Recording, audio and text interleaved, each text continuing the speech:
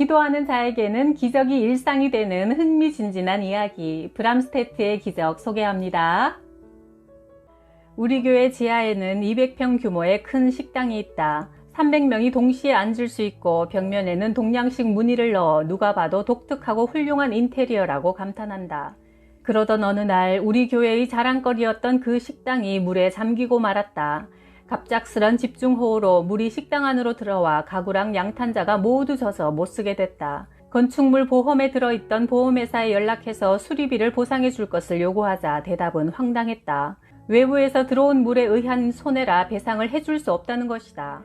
그런데 몇 개월 후 밖에 설치되어 있던 자동 펌프가 고장나서 식당이 또 물바다가 됐다. 보험회사에 수리비를 요구했더니 이번에는 전기 고장으로 일어난 일이라 배상해 줄 수가 없단다. 우리 교회 성도 중에 로즈마리라는 독일 여성 변호사도 말했다. 목사님, 이런 경우에는 보험 약관에 명시가 되어 있는 내용이기 때문에 보험금을 탈 수 없습니다.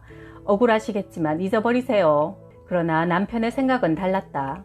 이런 불의의 사고에 대비하려고 드는 게 보험 아닌가? 그런데 정작 큰일을 당했을 때 혜택을 받지 못한다면 무엇 때문에 보험에 들겠냐면서 예배 때마다 하나님께 억울하다고 하소연했다.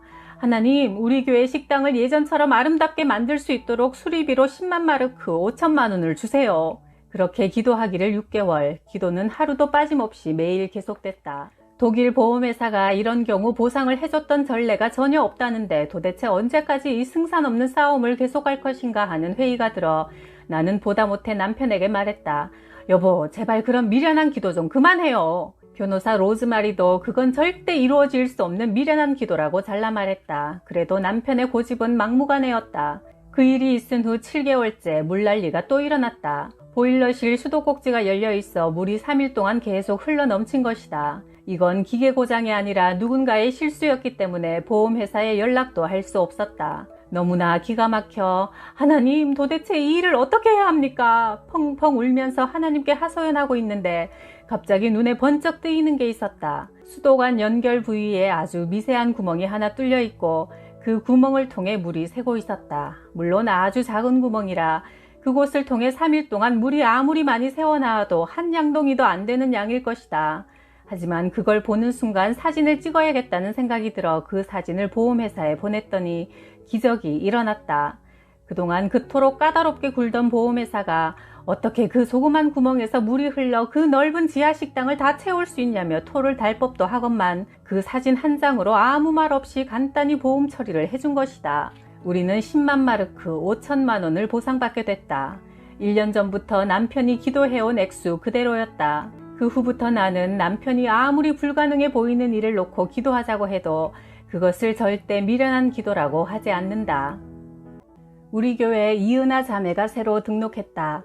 처음부터 교회 일에 적극적으로 참여하고 신앙생활에 열심이었다. 그 부부는 대부분의 독일 사람들이 그렇듯 월세로 집을 얻어 살고 있었다. 그런데 겨울에 스팀이 따뜻하게 들어오지 않자 집주인 독일 할아버지와 옥신각신 하다가 서로 의견이 맞지 않아 이사를 가겠다고 했다. 그러자 집주인이 손해배상 청구서를 보냈다. 자매가 새들어 사는 동안 창문을 잘 열지 않아 곰팡이가 피었다며 700만 원을 배상하라는 것이다. 자매는 우리에게 재판에 나가 증언해달라고 부탁했다. 기도하며 곰곰이 생각해보니 문을 열어놓지 않고 음식물을 끓여 곰팡이가 핀 것은 사실이나 그 건물에도 전혀 문제가 없었던 건 아니라는 생각이 들었다. 재판관에게 올바른 분별력을 달라고 간절히 기도한 후 증언대에 담대히 섰다. 사건을 맡은 판사는 미모의 독일 여자였다. 하나님 앞에 진실만을 얘기할 것을 맹세하는 증인 선서를 하고 난 후 내가 증언을 하기에 앞서 잠깐 할 말이 있다고 했다. 하나님께서 내게 지혜를 주셨다. 여자인 내가 봐도 당신은 정말 아름답군요. 이렇게 아름다운 사람이 판사인 것이 대단히 자랑스럽습니다 했더니 여판사도 이렇게 말했다. 나도 당신같이 젊은 여자가 목사라는 사실에 깜짝 놀랐습니다. 이렇게 서로 호의적인 인상을 갖게 되자 이야기는 자연스럽게 풀려나갔다. 변호사의 기본적인 몇 가지 질문에 답변을 하고 난 뒤 나는 다시 질문이 있다고 하며 이렇게 말했다. 나는 어린 시절 한국에서 당신의 나라 독일이 무척이나 검소하고 정직한 나라라고 배웠습니다. 또 독일인들은 지극히 이성적이고 합리적인 사람들이라 생각해 왔습니다. 그런데 지금은 어떻게 된 일인지 이해가 잘 되지 않습니다. 당신이 생각하기에 아이도 없는 부부가 고작 6개월 동안 살면서 12,000마르크, 700만 원의 손해를 입힐 정도로 집을 망가뜨릴 수 있다고 보십니까? 그러자 판사가 갑자기 책상을 쾅 치며 벌떡 일어섰다. 그리고는 고소인 독일 할아버지와 변호사를 향해 오늘 당신들 때문에 내가 독일인이라는 것이 참으로 부끄럽습니다. 말하면서 이은하 자매의 승소를 알리는 판결봉을 탕탕탕 두드리고는 몹시 화가 난 채 퇴장해버렸다. 우리의 일방적인 승리였다. 자매의 변호를 맡았던 변호사도 와, 목사님 정말 대단하십니다. 감탄사를 연발했고 주위에서 지켜보던 사람들도 흥분해서 모두 난리였다. 나는 그 자리를 피해 살며시 밖으로 빠져나와 조용히 집으로 가려는데 법복을 벗은 그 판사와 마주치게 됐다. 판사가 내 손을 꼭 잡더니 정말 미안하게 됐습니다 라며 사죄의 말을 또 하는 것이 아닌가. 너무나 깍듯한 그녀의 태도에 나도 감동을 받아 내가 오히려 고맙지요 답례의 말을 하고 기분 좋게 헤어졌다. 그렇게 하여 나는 난생 처음으로 선 독일 법정에서 하나님이 주시는 지혜로 멋지게 승소했다. 하나님의 지혜는 능히 세상을 이긴다는 귀중한 교훈을 다시 한번 깨닫게 되었다. 너희 중에 누구든지 지혜가 부족하거든 모든 사람에게 후히 주시고 꾸짖지 아니하시는 하나님께 구하라. 그리하면 주시리라. 야고보서 1장 5절. 29살의 독일 여자 마리오는 두 눈가는 시커멓게 푹 패여있고 까칠한 피부와 바싹 마른 입술, 초점 잃은 멍한 눈빛까지 몹시 초췌해 보였다. 아리따운 얼굴은 빛을 잃었고 항상 무언가에 쫓기는 듯 겁에 질려 불안해했고 지난 9년 동안 정신병원을 수없이 들락거렸고 좋다는 약은 다 써봤지만 소용이 없었다. 그러던 중 그녀의 남편이 우리 교회에서 일어난 수많은 병고침에 관한 기적의 소문을 듣고 찾아온 것이다. 그녀를 처음 본 순간 악령에게 눌려있다는 사실을 한눈에 알 수 있었다. 귀신을 내쫓기 위해 기도를 시작하니 독일 귀신은 우리가 하는 한국말을 모두 알아들었다. 내가 한국말로 네 이름이 뭐냐, 언제 그녀에게 들어갔느냐 하고 물으면 귀신은 다 알아듣고 독일말로 대답했다. 무려 5시간이나 치열한 영적 전투를 치룬 끝에 결국 우리는 예수님의 이름으로 승리를 거뒀다. 마침내 그 여인은 입에 거품을 물고 쓰러졌고 그녀를 9년 동안 끈질기게 괴롭혀온 귀신들이 모두 쫓겨나갔다.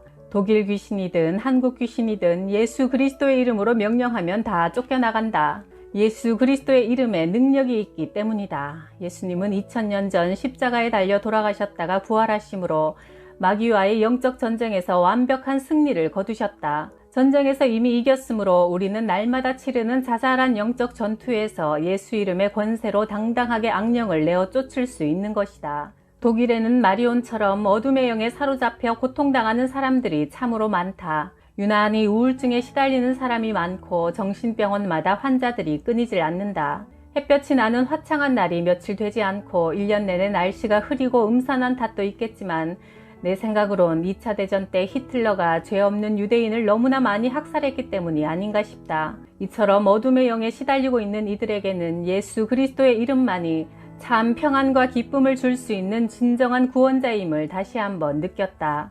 믿는 자들에게는 이런 표적이 따르리니 저희가 내 이름으로 귀신을 쫓아내며 마가복음 16장 17절. 독일 브레머하펜 항구에 한국 선원이 탄 배가 입항한다는 소식이 들려오면 우리 부부는 만사를 제쳐놓고 불이 나게 항구로 달려나간다. 그날 입항한 아자리아호는 한국 선원이 30명 정도 타고 있는데 독일의 석탄을 노르웨이 등의 북유럽으로 운반하는 배였다. 한번 출항하면 두세 달은 좋게 걸렸다. 오랜 항해로 선원들은 많이 지치고 무엇보다 정에 굶주려 있어 그들에게 우리 부부가 하나님의 말씀을 전하면 송이꿀보다 더 달게 받아 마음속 깊이 새겼다. 어느새 그들은 몇 달에 한 번씩 독일로 돌아오면 교회 나오는 것을 가장 큰 낙으로 여겼다. 특히 조영구 선장은 교회 일에 언제나 열심이었다. 주위 사람들이 모두 감동할 정도로 우리 교회가 건물을 짓느라 한창 분주하고 바쁠 때도 조 선장은 육지에서의 그 귀한 휴가 기간을 줄곧 성전 건축 현장에서 보냈다. 코수염에 고드름이 맺힐 정도로 매서운 추위에도 아랑곳하지 않고 교회 털을 닦고 기둥을 세우고 온갖 험한 일을 선원들까지 함께 와서 도맡아 해주어 큰 힘이 되었다. 어느 날 아자리아호가 급히 출항하게 되었다는 연락을 받고 우리 부부는 배에 올라 선원들이 모두 모인 가운데 순조로운 항해와 그들의 건강을 위해 간절히 기도를 드리고 내려왔다. 그런데 갑자기 남편이 다시 급하게 배에 올라가더니 갑판에서 무릎을 꿇고 한참 동안 뜨겁게 기도하는 것이다. 어찌된 일이냐고 물으니 성령님께서 강권적으로 기도를 시키시는데 아마 앞으로 큰 어려움이 닥칠 것을 대비시키시는 건지도 몰라 했다. 아자리아호는 워낙 낡은 선박이라 가까운 노르웨이만 다녀오면 그리스의 고물로 팔리게 될 예정이었다. 선원들은 한껏 가슴이 부풀어 있었다. 이번 항해만 끝나면 사랑하는 부모 형제가 기다리는 고국으로 돌아갈 수 있다는 기쁨에 들떠서 선물도 정성껏 준비하며 가족들과 만날 날을 손꼽아 기다리고 있었다. 그런데 이게 웬일인가? 노르웨이의 목적지에 거의 다다랐을 때 갑자기 배가 가라앉기 시작하는 것이다.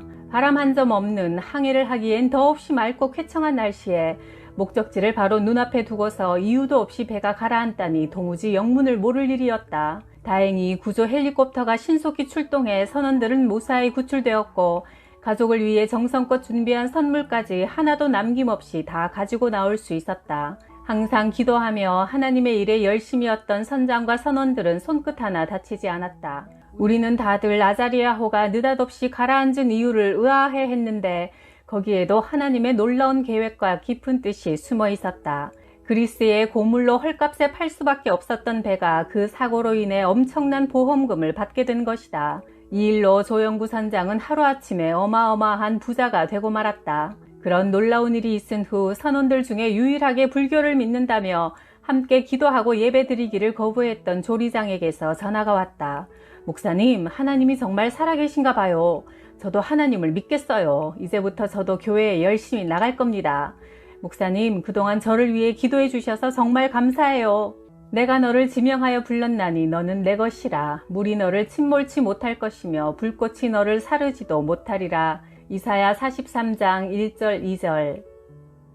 신학교 졸업을 앞두고 우리 부부는 하이델베르크 순복음교회에 부임했다. 사택도 없고 교회는 문제가 많아 주일 예배를 드린 후 우리 부부는 갈 곳이 없어 비를 맞으며 교회 밖에 우두커니 서 있었다. 그런데 난데없이 빨간 승용차가 나타나더니 우리 앞에 와서 서는 것이다. 김정순 자매가 직장에서 일을 하는데 하나님께서 새로 부임한 전도사 부부를 집에 모셔다가 잘 대접하라는 마음을 주셔서 달려왔단다. 그 자매는 아이가 없어 남편과 둘이서 살고 있었는데 집이 무척 크고 좋았다. 우리 애송이 전도사 부부를 어찌나 극진히 대접하는지 몸둘 바를 모를 지경이었다. 우리가 지나가는 말로 콜라가 시원하다고 하면 그 다음날 냉장고에 콜라가 가득하고 빵이 맛있다고 하면 금방 샌드위치를 만들어 갖다 주었다. 금요 철야 예배 때 남편이 자매의 머리 위에 손을 얹고 기도하는데 포동포동한 남자아이가 선명하게 떠오르더니 기도하는 내내 아기의 환상이 사라지지 않았다고 한다. 남편은 선포했다. 자매님, 지금처럼 열심히 주를 위해 사시면 하나님께서 귀한 아들을 선물로 주실 겁니다. 그러나 자매는 고개를 저으며 대답했다. 목사님, 저는 아이를 못 낳아요. 병원에서 임신할 수 없다는 불능 진단을 받았어요. 아이 낳는 건 포기했고요. 그냥 이렇게 주의 일에 힘쓰며 살기로 했어요. 그러나 몇 달 후 그녀가 감격에 겨워 떨리는 목소리로 말했다. 전도사님, 저 임신이래요. 제가 아기를 가졌대요. 그토록 기다렸던 아이인이 얼마나 기뻤겠는가. 그러나 하나님의 축복은 그것으로 그치지 않았다. 남편이 미국인인데 그 아이는 1983년에 뉴 퍼스트 보이로 태어났다. 미국에서는 그해 첫 번째로 태어난 아이에게 엄청난 상금과 선물을 주는 풍습이 있다. 자매는 신문에 난 아이의 사진과 상금의 일부와 여기저기서 받은 많은 선물을 우리에게 보내왔다. 하나님은 정말 멋진 분이시다. 당신의 뜻대로 사는 자에게 복을 주시되 이렇게 화끈하게 주시니 말이다. 어느 주일 설교를 끝낸 남편이 대뜸 성도들에게 앞으로 성전 건축 후 빚을 다 갚을 때까지 사례비를 받지 않겠습니다. 라고 선포했다. 너무나 기가 막힌 폭탄 선언이었다. 나는 그만 시험에 들고 말았다. 아니, 아내인 내게 한마디 의논도 없이 어떻게 이럴 수가 있어? 사례비를 받지 않으면 도대체 어떻게 살란 말이야? 성도들이 쌀과 반찬은 가져다 준다 해도 화장지는 어떻게 사란 말이야? 하는 생각이 들어 남편에게 아니 그럼 화장지는 누가 사다 줘요? 꽥 소리를 지르고 사흘 동안 말도 안 하고 쳐다보지도 않았다. 나는 씩씩거리며 기도했다. 하나님도 생각을 좀 해보세요. 사례비를 안 받으면 어떻게 삽니까? 억울하고 속상해서 눈물을 뚝뚝 흘리며 기도하는데 마음속에 하나님의 책망이 들려왔다. 지금까지 내가 너를 굶겼느냐? 부족한 것이 있었느냐? 나의 종이 내가 기뻐하는 일을 행하는데 너는 도대체 왜 그렇게 말이 많냐? 내가 화장지를 걱정하며 하나님께 기도한 그 다음날 한 집사님이 미니버스에 화장지를 한 차 가득 싣고 오는 게 아닌가? 미국 PX에서 화장지 세일을 하기에 두고 쓰라고 사왔단다. 나는 너무 놀라 딱 벌어진 입을 다물지 못했다. 우리는 교회 건축이 끝날 때까지 그 화장지를 잘 썼다. 기도의 시작이 기적의 시작이다. 미국 선교사 허드슨은 이렇게 말했다. 기도를 계속하기 위해서는 어떤 희생도 감수해야 한다. 기도가 끊어진다면 당신은 하나님을 도둑맞게 될 것이다. 하이슬루프 박사는 영국의학협회에서 이렇게 발언했다. 내가 지금까지 발견해온 많은 치료법 중 제일 효과가 좋았던 것은 기도입니다. 습관적으로 꾸준히 기도하면 마음이 안정되고 우울증, 신경과민, 노이로제 등이 조절됩니다. 나 자신도 마음의 고통을 기도로 치료했습니다. 마음의 근심, 스트레스에서 생긴 모든 질병을 근본적으로 해결할 수 있는 최고의 치료법은 기도입니다. 어느 날 파리 순복음교회의 하목사님을 만났는데 자기 교회에 출석하는 강귀희 권사님을 대단히 자랑스럽게 소개했다. 우리 교회 강 권사는 배짱이 얼마나 두둑한지 글쎄 우리 교회 전세금 2억을 혼자서 떡하니 해결해버리는 거야. 그 이야기를 들은 그날 저녁부터 남편은 기도하기 시작했다. 하나님, 그 강 권사님을 우리 교회 건축에도 한 번만 빌려주세요. 그 기도는 2년간 계속되었다. 그러던 중 여의도 순복음교회에서 열리는 선교대회에 참석하기 위해 한국을 방문했다. 우리는 한국에 오면 짐을 풀기도 전에 오살리 금식 기도원부터 간다. 힘들고 어려울 때마다 기도굴에서 부르짖어 기도하면 하나님은 언제나 우리를 불쌍히 여기시고 응답하시고 축복하셨다. 그날도 기도원에서 뜨겁게 기도하고 내려오는데 파리 순복음교회 하목사님을 또 우연히 만났다. 어이 이 목사, 나 오늘 신방 가는데 같이 가겠어? 신방 갈 곳이란 바로 지난 2년 동안 남편이 그토록 기도하며 기다렸던 강 권사님 댁이란다. 파리에 있는 강 권사님이 한국으로 잠깐 나왔다니 주님이 주신 참 좋은 기회라 생각하여 흔쾌히 동행했다. 강 권사님은 1959년 미스코리아 1호 진 출신이라 하더니 과연 듣던 대로 미인이었다. 함께 예배를 드리다가 남편이 안수기도를 해야겠다는 생각이 강하게 들어 강 권사님의 머리에 손을 얹고 간절히 기도했다. 그때 성령께서 역사하셨다. 기도 후 강 권사님이 말했다. 이제부터 목사님께서 하시는 일을 적극적으로 도와야겠습니다.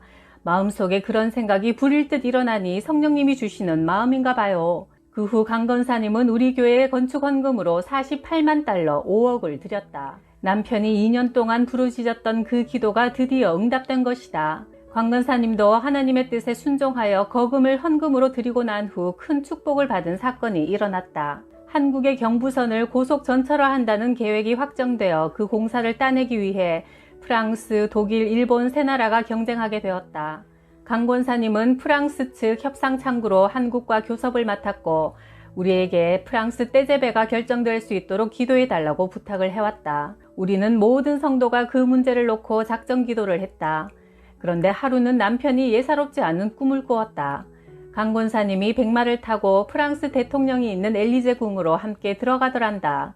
그 사이 한국에서는 대통령이 바뀌었고 그로 인해 고속철도 사업자 선정이 차일피일 미뤄지면서 독일 수상과 대통령이 직접 한국을 방문해 독일 고속전철 2체를 소개하기에 이르렀다.